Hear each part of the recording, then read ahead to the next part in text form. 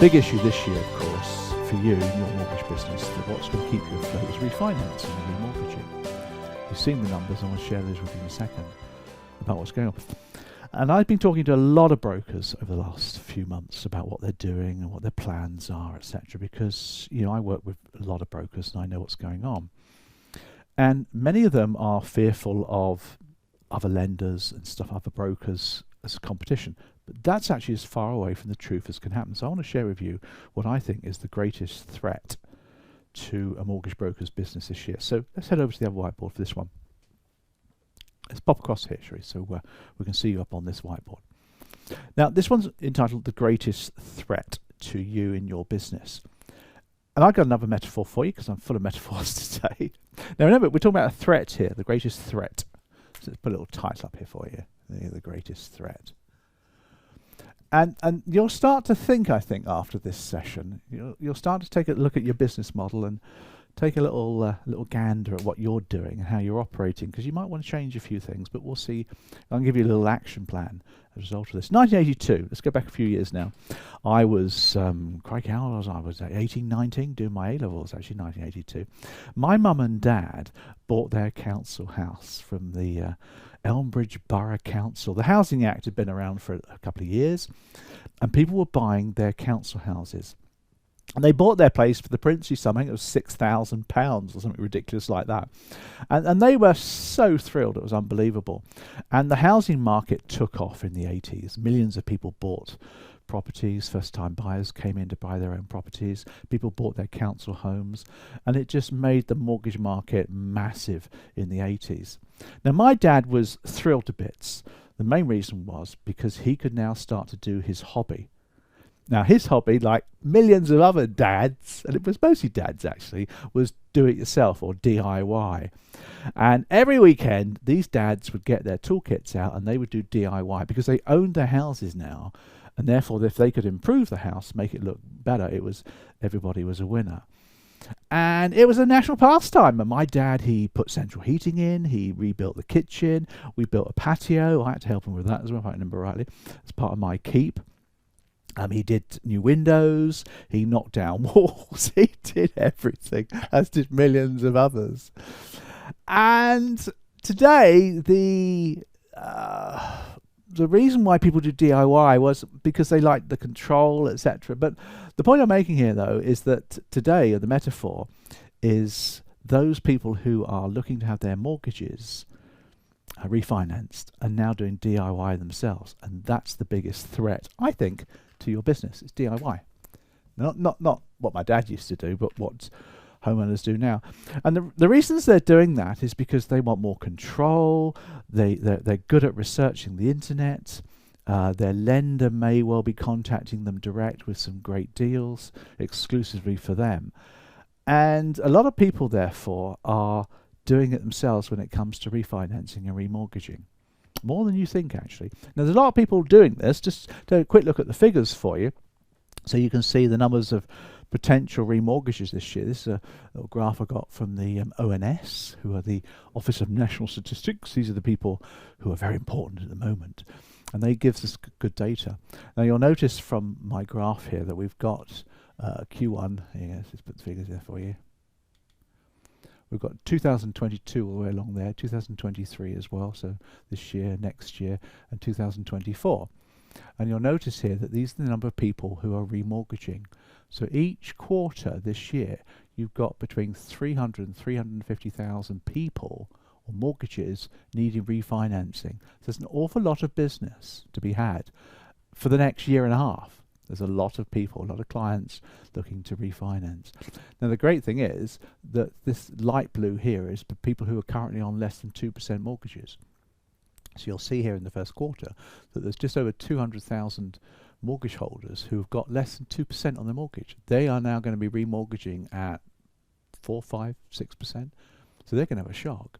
So they want a really good deal. They're worrying about the cost big time. There's also a lot of people between 2 and 2.5% as well. Lots of these people all the way into 24 as well. By the end of 2024 next year, you've got quite a lot of people between 2 and 2.5%, and there's a lot more people at 2.5% plus being remortgaged as well. Now, the point behind that graph, and you've seen those graphs as well, is that these people are looking to save themselves some money. They're horrified at the costs. They can work out the costs themselves online. So they're doing their DIY. They're researching themselves. I mean, you look at Martin Lewis, for example. He's so popular. He makes people want to do it themselves all the time. He's always giving advice. And lenders are getting really good at talking to them direct as well. So that's your biggest threat. You'll contact your client and they've already done it. So, okay, I want to give you, 7 or 8 ideas to help you to deal with this and see if any of these can be an action plan for you. The first thing you need to be doing is to make sure that your CRM system, is up to date, and it's got your customer details in there, and it's got all their preferred contact information as well, because you'll need that. If you haven't got that, then you can't do anything. Now, the next thing is, are you sending out some kind of weekly, and there's nothing wrong with that, or at least monthly or bi-weekly information emailer, or whatever is their preferred way of contact? Maybe it's WhatsApp or whatever, doesn't make a difference, with useful information, helpful information about the searching that they're doing, because they will be doing it. So information about interest rate movements, information about new lenders coming on the market, that sort of thing. Just general information to help them with their research, because you're giving them a first impression. You're giving them the impression that you are on the button. You know what's going on. It's your job to know. And if they've been researching this information, they actually don't need to, because you're going to provide them with that information. So that's the next thing that you need to be doing. On the CRM itself, have you got your KIT list? Now, the KIT list is an acronym for Keeping in Touch list. Keep in touch. So amongst your CRM clients, and you've probably got quite a few, is there a specific KIT list that you have got that you're keeping in touch with really urgently, because they need to be refinancing fairly shortly? And that comes on to the next point. Let's give a different color here. Are you contacting them earlier than you would have thought? Are you getting your sales process going earlier than you would have thought normally?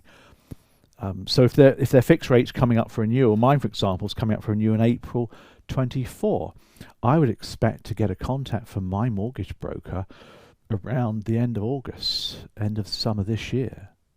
And you might think that's too early, but you see, they're being contacted by their, NatWest, who I'm with, will probably be contacting me around that time anyway, because they can and they might want to do that. So you're getting people early onto your sales process. That's really where I'm going with that one.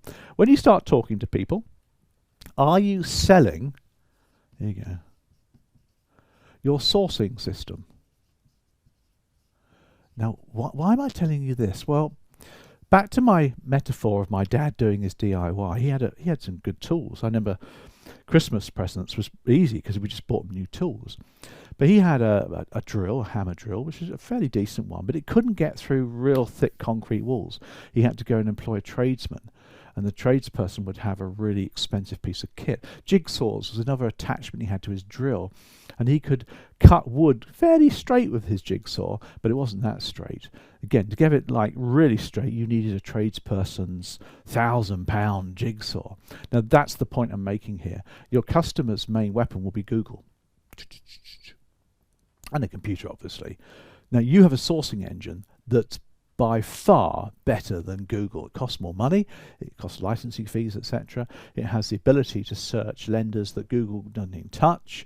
It's got the ability to look at the most up-to-date rates, the best rates for this, that, and the other.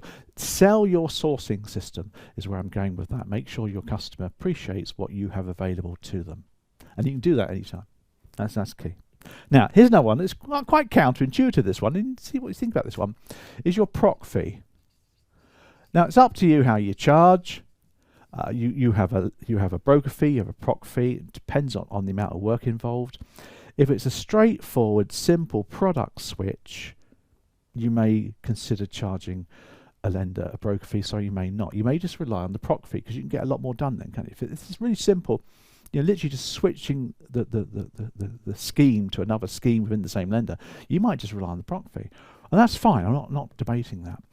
But when you do, sell the proc fee, not as a trying to justify, but tell the client that that proc fee is paid by the lender out of their profits. It doesn't come out of their account. They don't have to pay it. It comes out of the lender's profits. And if they're balking at that, show them how many profits they're making at the moment. They can afford it. So proc fees are your way of keeping you motivated. Because everybody needs to be paid for a job they do. Everyone needs to pay the bills. Your customers aren't stupid. They know that. And if you're getting paid a handsome proc fee, it shows that you've got motivation to work hard for your client. So, tell them about that early doors. It's actually a really good advantage because it comes from profits, not from their account as well. Like that one, don't you? The other thing is when you get to talk to your customer, how good are you at qualifying and getting commitment? How good are you at qualifying people? When I say qualifying people, you need to be asking a subtle question. Who else are they talking to? What else have they done towards this mortgage switch? Where have they researched? Ask it carefully and subtly. Don't suggest they start doing it, of course. But don't be naive to think they haven't done it. So qualify them. Who are they talking to? Has their lender contacted them direct? Are they talking to anybody else? You do need, and if they are, you need to persuade them or influence them not to do that anymore. In other words, no, you don't need to do that anymore. I will take care of things for you. That's the key that you need to be doing during the first conversation with them. And when you are qualifying them, are you able to gain commitment from them as well? So if you've talked about who they're talking to, are you going to get verbal commitment that they're going to not do that anymore and they're going to talk to you exclusively? It's called a close, it's called a trial close, call it what you like, but you do need to get commitment from them before you start putting any work in. And the final point for you, so let's get a blue pen for this one, the final one for you, this is for you to brainstorm yourself later on. I'll squeeze this one over here. Are you crystal clear of all the reasons that they should not be doing DIY? That's the one. Can you rattle off the reasons why they shouldn't be doing DIY, they should be going to you? And that's all sorts of reasons that you can think of. Benefits, etc. And you use those, of course, to overcome any objections you might have. So I think there's quite a few ideas there to help you to prevent your client from doing DIY. Now, back in the day when my dad used to do his DIY, the biggest danger, let's talk about danger here, that he ever had was banging his thumb with his hammer. And every weekend he always used to bang one of his fingers. He always had a plaster on there on a Sunday night. I always wondered what it was for. Because he took his mind off and he'd bang the hammer and he'd bang his finger. Now, of course, the biggest danger your client's got is RSI, isn't it? Repetitive strain injury, if they do too much Googling. But, of course, the biggest danger they've got if they get it wrong is getting the wrong deal that's going to affect their monthly payments and their life, probably, if they don't get the right deal. You will be able to help them get the right deal. So make sure your customers are aware of that to stop them from doing that DIY. That's been useful for you.